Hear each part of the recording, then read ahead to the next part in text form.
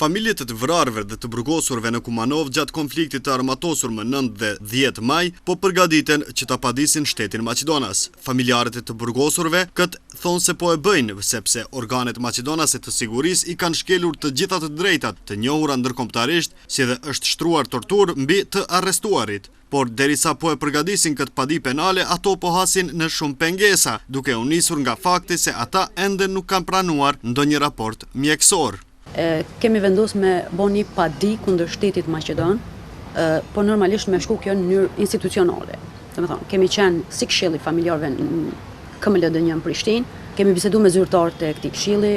kemi paraqit deklaratat e tona, provat e tona, mendimet e tona, kemi kërkuar mendimin prej atyre se a ka bazë ligjore për me ngrit një padina si familjar, si shtet. Pavarësisht që njerëzit, këta zyrtarët e këshillit e pranojshin që kanë bërë shumë shkelje, shumë shkelje drejtave të burgosurve,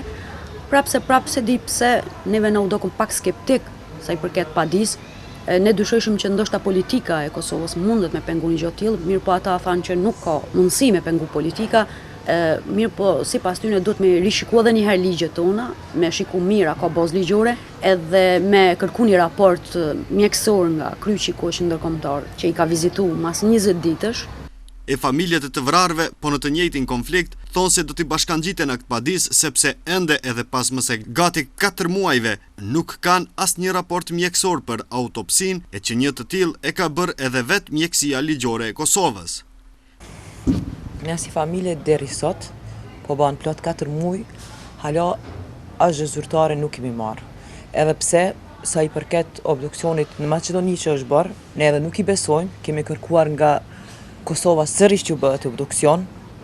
se kemi pas besim, mirë po deri tash, kaluan këta muaj, ne ende asgjë zyrtare me shkrim. Nuk e di si ka përfunduar vëllajin, e di atë çka kam pa unë, mirë po obduksioni i tregon disa gjëra ma detaje, që ne si familje dua t'i dim të gjitha ato, mirë po deri sot kur gjë. Na kanë premtu, dhe për një herë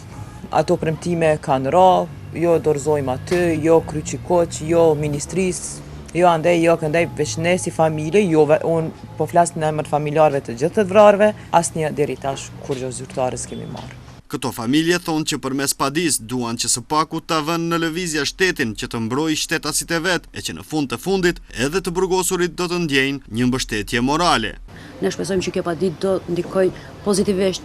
te njerëzit e tonë të paktën moralisht, edhe nëse nuk fitojmë kur gjë, ta kuptojnë që dikush i vlerëson edhe shteti i tyre të paktën ban diçka për ta. Familjet e të vrarëve dhe të burgosurve në Kumanov gjatë konfliktit të armatosur më 9 dhe 10 maj gjithashtu paralajmërojnë protest para qeverisë së Kosovës për shkak se thonë që institucionet tona nuk i dolën në ndihmë për asnjë moment.